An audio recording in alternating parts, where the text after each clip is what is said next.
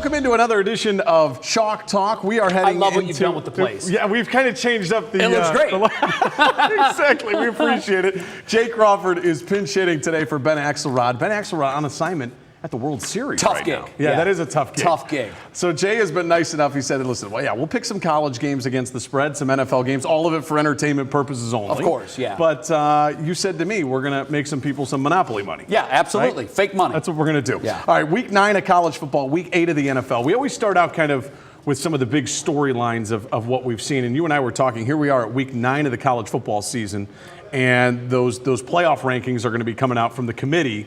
But I had thought going into this season, Jay, it was going to be Alabama, Clemson, and then everybody else. Yeah. Do you think Ohio State is at a point where they're making the argument, they're flirting with those teams right up there? I think they're definitely making the argument. I mean, I don't know how you can look at their body of work so far, even though they've had a very easy schedule. You can only play who you have on your schedule, and they've dusted everybody. Yeah. And they've done it in a fashion, Nick, that has really surprised me.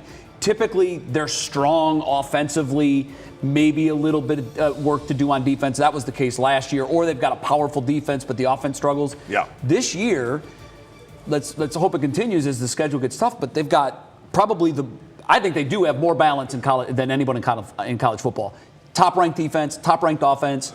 They do it all, and they run and they pass. It's just a really well-balanced team. Probably don't get enough credit for that defense. That's a good point. I Yeah, mean, you look at but what let's see what they can do against the Penn States and the True. Michigan. That's true. You know, once they play some of the tougher teams on their schedule, this week's a great test. Yeah. We'll know Saturday at 4 o'clock whether or not Ohio State's been overrated or not. We learned last week that certainly Wisconsin was overrated. Looking ahead. I think we learned earlier this season, and we've seen it since a couple of times, that Penn State is Michigan's overrated. So it looks like it may end up being Ohio State and Penn State, but we'll have to see. What do you do with Jim Harbaugh? I mean, I'm thinking, like, will they find it? If that's not the guy, who is the guy to get Michigan turned around? I don't know the answer to your second question, but the answer to your first question is he is not. Wow. He's not. He's had long enough, in your opinion? All these guys are his players, and they have been for a number of years. I think he is a lot of smoke and mirrors, but when it comes right down to in-game coaching, I think he's got a lot to be desired. And we see that every Saturday when we watch. He makes some real questionable decisions, and I don't think he's going to be the guy that takes them to where they want to be. Okay. Being second or third in the conference isn't going to fly. No. With these Being fans. second or third in the Big Ten East isn't going to fly. That's an even bigger problem. Yeah. All right, let's talk about NFL quickly, and then we'll get into some of our picks. We'll do a quick review of last week of what Ben and I did, and then Jay's going to give some picks. I'm going to give some picks. We'll have some fun with this. But NFL-wise, you got 2 unbeaten teams still. Yeah. The San Francisco 49ers, we had a chance to see them earlier in the year. Right. And then the Patriots. Sure. They win on Monday night. They're rolling. Tom Brady, are you amazed at the age of 42? It's like this guy's like a fine wine. He gets better with age, Jay. It's unreal. And you know what? He's not doing anything incredibly complex. But he's still playing chess, and everybody else in the league is playing checkers. Yeah. Before the Monday night game, on the pregame show, Steve Young, who I think is one of the smartest NFL minds in television, made the point that at 42 years old, Tom Brady is just taking what defenses will give him. Okay. So Bill and Tom look at the tape every week, and they're looking at the Browns this week. And they're only looking for one thing. Where are they soft? What are they going to give us? They're going to give us the 4-yard quick hit. They're going to give us the run off the right tackle. Whatever a defense is giving the opponent, that's what they're going to focus on and do really well. And we saw it. The first drive of the Monday night game against the Jets, it was the longest drive of the year in terms of plays, 16 plays, averages 4 or 5 yards. They move the sticks. They stay on schedule. They move the ball down the field methodically. They chew up 6-7 minutes of clock. They score a touchdown. And none of it was fancy. That's it was true. just they'll finding what they're giving you. That's right. And they don't force anything. And right now, I think when you watch the Browns, they're trying to force the ball to OBJ, and it's not working. That has to happen organically. If the defense is giving you OBJ, take them. If they're giving you something else, Nick Chubb, take it.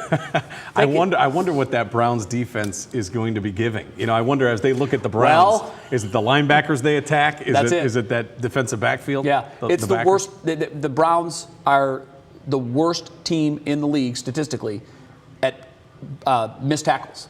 They have more missed tackles than any other team. So I would expect a heavy dose, and they rotate the running backs as well as anybody.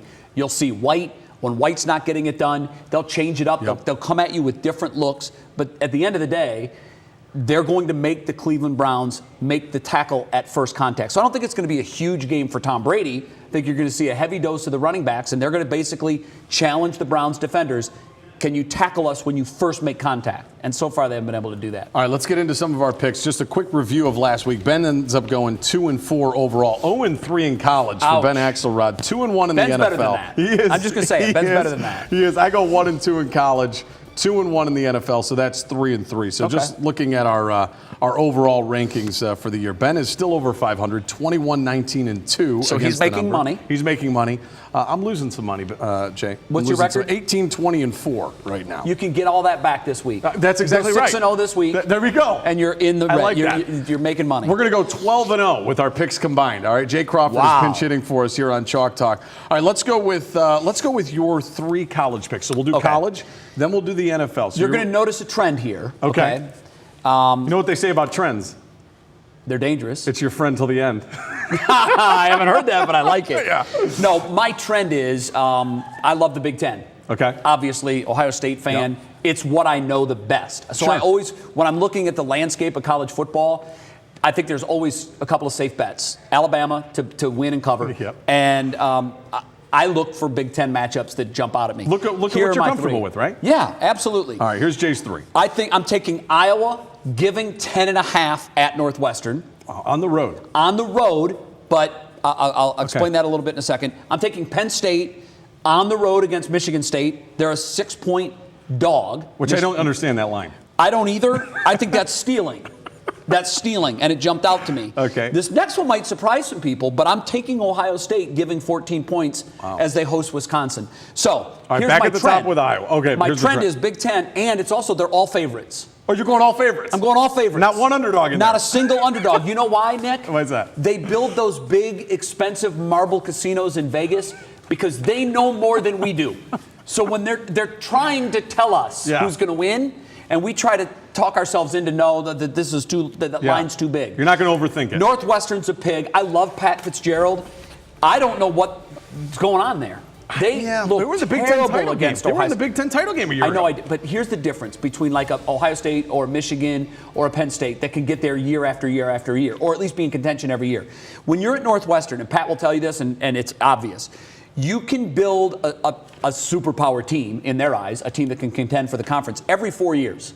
When you get that hot freshman recruiting class, and you basically sell out to that freshman class and say, we're going to live with you and ride you for 4 years. But in 3 or 4 years from now, we're going to have 20 returning starters with a lot of experience, and that usually means good things.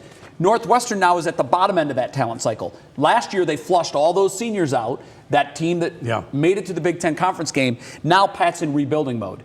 So I that think makes sense. They look bad. They look very bad. I did want to ask you about Kirk Ferentz. He's been at Iowa forever. Yeah. Do you remember in the early 2000s when he was like the hot NFL His name? name came up for the Steelers job. And then he stayed. Yeah. You know, he's just stayed the whole time. Kirk's a guy that has come out, and he's on record saying this. He loves college football. He loves Iowa. Kudos to you. There you go. Kudos to you. So just recap the 3 college picks for you. All Big Ten, all favorites. Iowa, Penn State, Ohio State. All favorites. 2 of them double-digit favorites. Penn State is... Do you think that Ohio State line would be 14 had Wisconsin not lost to Illinois? No, absolutely not. Okay. That line would have been single digits if Wisconsin, even if, let's say the kid missed the field goal. And they just won. Yeah. You know, it still wouldn't be 14 points. They possessed the ball. I don't know, I have the exact number. They possessed the ball, I believe it was 48 minutes to 12 minutes for Illinois. Okay. It was a classic. Did you guys pick that game last week? We did not. I would have taken the dog there. Okay. Because getting 30 at home. Here's why. It's a classic trap game. It is. They were looking ahead. It was Illinois' homecoming. Yeah. Doug Deacon was in. I mean, what other motivation do you need? The Deke's in the house. Yeah. And it was too big of a line, number one. It was too big. But secondly, Penn State looked past Illinois, thinking about Ohio State. Wisconsin. Yeah. They look past Illinois, thinking about Ohio State. It's a trap game. Yeah. So I'm with you. There's times to take the dog. And I feel like that Day and that defense is going to be able to just put 8, 9 in the box, Yep. say, let Jonathan Taylor beat us. Yeah. That quarterback can't. So I Yep. think that's what they're going to do. I'm with you on Ohio State. Okay, All right, good, so the good. three college picks for Jay Crawford. All right, my 3 college picks. I'm going to throw just some stats with these. Okay, good. We're going to go into the Big 12, Jay. You didn't think you'd be talking Big 12 football Yeah, today, see, did that's you? like another neighborhood Here for me. we go. All right, we're going to go. I always take the over. That's exactly Big 12. right. Was it 70? Take all right, the over. so speaking of overs, Texas Tech, they're minus 3.5. They're at Kansas. Now, the Jayhawks, coached they by just- Les Miles now, just had a real tough loss to Texas. Tough loss, but they looked great. They did. They did. And they beat Boston College earlier in the year. But I kind of think that took a lot of wind out of their sails. Oh. Texas Tech as a team, their last time in Lawrence, scored 65 points. I know but Cliff Les wasn't Kingsbury there. was there. No, and Kingsbury was. Les wasn't there. Yeah. And Kingsbury was the coach at Texas Tech. But I Right. just feel like What's the spread? it's 3.5. Ooh, so we're going that's- to take the favorite. yeah. Texas Tech minus 3.5. I think like they get the that. job done. Okay. And they'll beat You're Kansas. 1-0 already. All right, here we go. Notre Dame getting 1 point. Explain this line to me. Notre Dame +1 at Michigan. Notre Dame has won 3 of the last 4 in this matchup. Michigan Yeah. just had that tough loss. I saw when the line came out that Michigan was favored. I'm like, is someone not watching? Yeah, it's just, I just think that this is a spot that you don't overthink it. You take the better team. I think Yeah. Notre Dame is the better team. They had the tough loss to Georgia, and that's it. Right. I like where you're going with that. Maybe the thought is Michigan is going to be antsy, but the things can go one of 2 ways for Michigan. Now, this can get sideways quick. True. It could get sideways real quick. Or this could be their big bounce back game. Yeah. I don't know. I think they might be beat up from that Penn State game. That was a physical game. Yeah, it's the tough, whiteout too, and to all go that. Penn State, follow that up with Notre Dame. I like what you're thinking there, Right? though. I do. Okay. I like that. You're not just saying that? No, I'm really, honestly, if I was to set the line on that without digging too deep into the numbers, I would say, even though it's at the Big House, I go Notre Dame -3. I would say Notre Dame would be at least a 3.5-point favorite. Right? All right, let's go with our final game. Pac-12 After Dark. Jay Crawford's really going to get a... I'll be watching. I'll be watching. But the 10:30 at night. If it's Herm Edwards in Arizona State, I'll be watching. It is not. It Okay. is not. Although Then I he's doing a probably nice won't be job watching. there. He's doing a great Marvin job there. Lewis on his staff. Yeah, at, no, I Arizona think it's, State. listen, I think it's fascinating. They're doing a I great love job. Herm. He's one of my dear friends. Is he? I'm pulling for him so hard. Yeah, that's a good gig for him Yeah, right it's now. a great gig for him. We're going to go with Mike Leach. He's a character in and of himself. My favorite coach in all of Is he? anything. He'll be eating a banana on the sidelines. We'll go with Washington State getting 14 at Oregon. I don't think they win the game, but Washington State, the Cougars are averaging 42.7 points per game. That's what they do. Right? But they can't stop you. But they can't stop you. But And Oregon just came off. Oregon had a nice comeback win, didn't nice they? win against Washington. Yeah, nice win. Oregon wins the game. I just Yeah, feel 14 14's a lot for a team that scores 42.7 points per game. Yeah, that is a lot to give up. They won't stop Oregon. In Eugene? But it's in Eugene. Yeah. 10, I would say. 14, I two would say touchdowns? 14's a lot. That's a lot of points. That's a lot for Mike of points. Leach. That's my thought on that. I don't think they Okay. win the game. All right, NFL. We've got 3 picks each. Jay Crawford has his 3 NFL picks against Yeah. the spread. All of it for entertainment purposes only. Of course. Win some Monopoly money for people. And if you lose your Monopoly money, don't blame don't us. tweet me.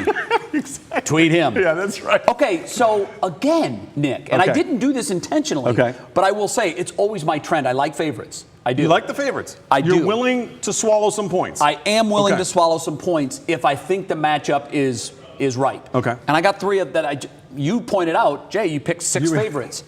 Again, Vegas favorites. builds expensive casinos with true. our losses. That's true. Seattle at Atlanta. It's a 6.5-point line. Atlanta's terrible. So Oh, my God. Atlanta is mailing it in. Brutal. I've watched them each of the last couple of weeks, and by the way, they just traded one of their best receiving threats. That's right. So Sanu's in New England now. So I don't know if that line is going to change dramatically. We'll go with this one, though. But if we're going with 6.5, I think Seattle got punched in the mouth by Baltimore. True. They travel well.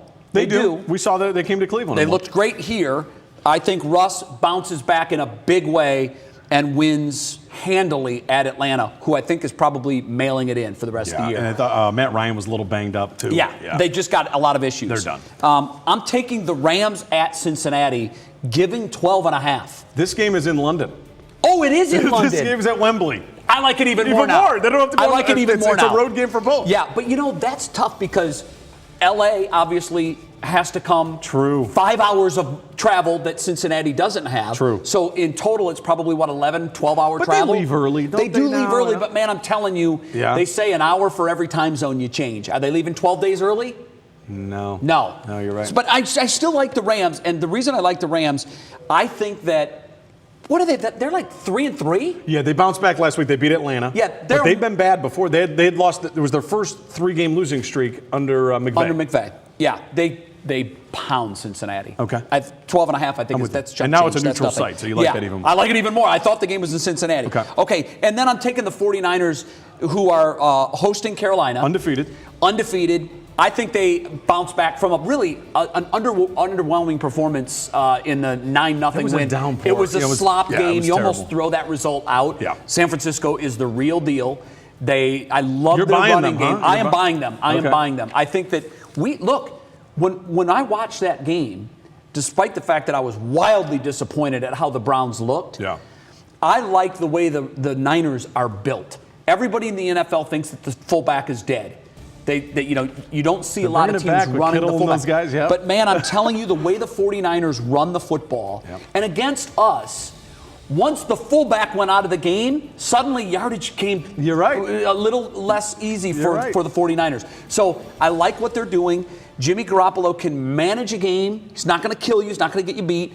I don't think he's a guy that you can say, go get us 400 passing yards. But I think he's to the point in his career now where he can move the chains, throw it to the right colored jerseys, not to have stupid turnovers, and just put it in the hands of your running back, and the defense is fantastic. Kind of like styles with clothes. In football, things come back. Yes. We saw bell bottoms come back in clothing. Exactly. I feel By like, the way, I hope they never come back. Yeah, exactly. They're done. Yes, They're done now. Please. But I feel like in sports, we see things come back. Sure. Are you convinced we could see the fullback come back into football? I hope we do, because if you think about it, what travels well? The run game. Yeah. And it goes anywhere. That's true. And when you're built with a bunch of Jaguars that are split out wide, and you suddenly get into January and you're playing a road game on a frozen surface, it's neutralized. It's true. But the run game just travels well. I think teams that run it, I always like teams that run it in January. I just think you're better built if you can move the ball in increments. Everybody now is infatuated with the 12-yard pass, the 20-yard pass. Football was invented and perfected by moving the ball 3 to 4 yards at a time. Right. And it doesn't always have to be in 3 or 4 yard running plays. We saw last Monday night with Brady. A lot of times it's just that extended handoff where you're throwing the ball to a wide receiver, maybe set back 2 yards.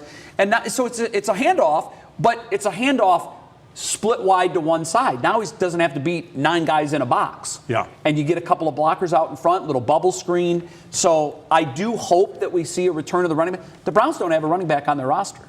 They always slide a tight end in there to do the dirty work. But I wish the Browns would go out and find that tank that can pass block and can lead block in run and can even, from time to time, carry the rock himself. It can be a weapon. And it can be a huge weapon. And to your point, traveling, defenses don't know how to stop that now. That's why San Francisco's having so much success. You're right. Teams aren't used to stopping it. And on that awful track at FedEx Field in the nation's capital where they beat the Redskins, where the weather kind of neutralized everybody, it did. The run game prevailed. It will always serve you well. That's exactly right. So those are your three favorites. NFL picks, all favorites, just to recap for the Seattle, chalkboard here. The Rams, and the Niners. And by the way, I'm just noticing another trend, all NFC West teams. So I love the NFC West as dogs. Or as favorites. All right, here we go. I'm going to take 3 games against the number here in the NFL. We're going to go with the Browns. Now up to... You're not. No, you're not. Now we are you're not. Now getting 13 points against the Patriots. Hear me out. Patriots, short week. You're laughing at me. Short week of prep. Browns have looked, pretty bad. I think that this could be the game where we see the Browns, they play their best game. Jay, they don't got to win the game. They got to lose by 12. You don't think the Browns lose the game by 12? I mean, just all they got to do is just control the clock a little bit with that run game. You're talking about Bill Belichick. His first disagreement here. Tom Brady, Gillette Stadium, undefeated season. Just don't get blown out. Listen, don't get blown out. My heart says, I know. Yeah, my heart says they could win this. But I don't know. Here's the thing. They're Jekyll and Hyde. This isn't I've like only the seen the good Pac-12. teams This is show the up NFL twice. we're talking about. I mean, I think giving a team like Cleveland 13 is a lot. It's a lot, but it's the juggernaut right now. Man. And right now, the Browns have looked anything but. Now, the one thing you have in your favor is Bill's trying to do it on a short week. Freddie's had a bye week. So here's what we can have happen. we can't see Freddie be out-coached as we have in some of the previous games. And it could get, He's had 2 weeks to get ready for this. That's true. 2 weeks. I liked that. Bill's on a short week. Just played Monday. Yeah, that was my thought process. I'll say this. If it's ugly and the Browns lose by more than the spread of 13, I think this thing is sideways and it's not, you can't get it back. True. At 2-5, because now you're going to Denver off a sour performance. Even though their record isn't great, that's a tough place to play. No, it's the Mile High. Yeah. So I don't know. If the Browns lose this game in an ugly way, they're answering more questions. That's how locker rooms split. Rarely do you see a winning locker room cave.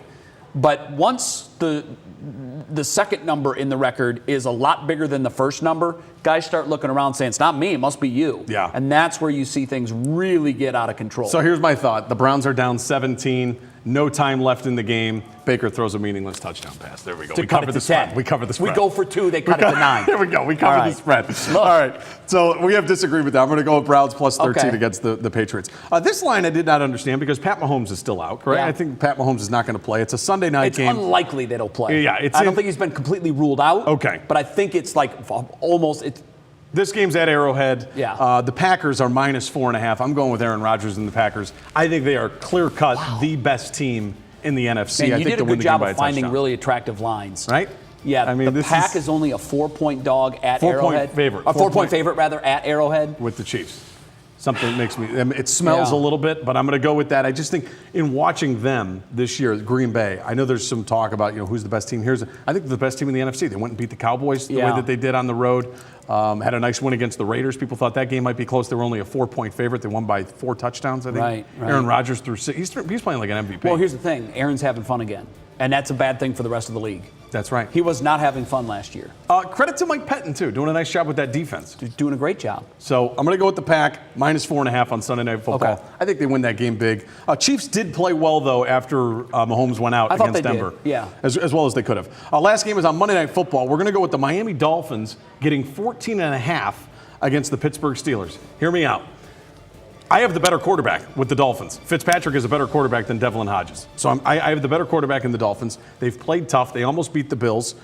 Wait a minute. Wait. Doesn't Pittsburgh get their guy back? Mason Rudolph? Yeah, he's big deal. I'd take Fitzpatrick over him, too. Really? Over Mason Rudolph? Yeah, but Fitzpatrick's like rolling a dice trying to predict what you're going to get. I just think, again, it's not the Pac-12, it's not the Big 12, this is the NFL. The Dolphins have played tough every week. They're getting 14.5 points, That's a Jay. lot. I'm not thinking they're going to win the game. It's in Miami? It's in Pittsburgh. Oh, it is in Pittsburgh. Yeah, I don't like that so Don't much like anymore. anybody. If it was in Miami, I think I'd be good with it. All Watch, right. you're going to go 6-0, and I'm going to go 0-6. And then we won't have you back. Yeah, please. No. Hey, we appreciate you pinch hitting. This was fun. No, I hope I can help people out here with some of these. Let me recap my 3 NFL picks. Browns plus 13 against the Patriots. You hate it. Yeah, I hate that one. Packers minus 4.5 against the Chiefs. I like you like that. I like that. And the Dolphins getting 14.5 on Monday Night Football in Pittsburgh. Yeah, Pittsburgh has. It's amazing. Pittsburgh can suffer all of these injuries. They can plug and play, don't they? They just keep the train rolling. They do. And for some reason, we can't figure out how to do that here. Jay Crawford, thanks for being with us. I just depressed myself. We had fun here on Chalk Talk. For Jay Crawford, I'm Nick Camino. We'll talk to you next week.